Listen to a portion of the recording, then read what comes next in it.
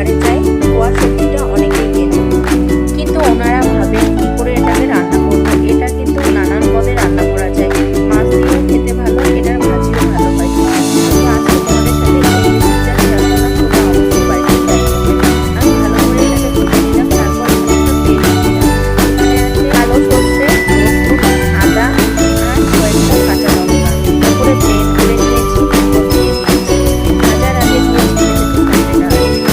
এখানে একটু চাপা দিয়ে দিয়েছি প্রায় 15 মিনিটের মতো। ওয়াশটা যেহেতু একটু শক্ত, তাই একটু সেদ্ধ হতে টাইম লাগে।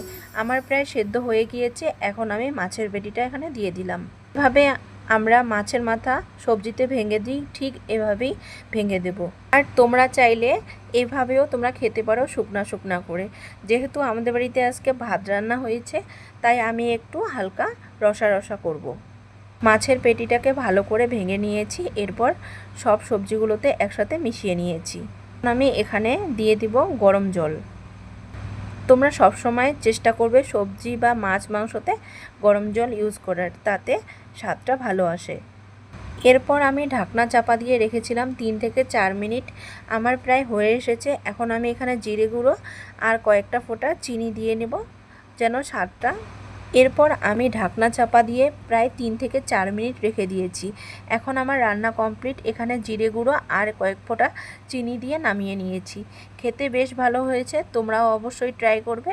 যারা যারা কোয়াশ খেয়েছো অবশ্যই কমেন্টে জানাবে, আর যারা খাওনি তারা একবার কিনে নিয়ে গিয়ে খাবে। বন্ধুরা, রান্না আমার শেষ। রান্নাটা কেমন লাগলো অবশ্যই কমেন্টে জানাবে।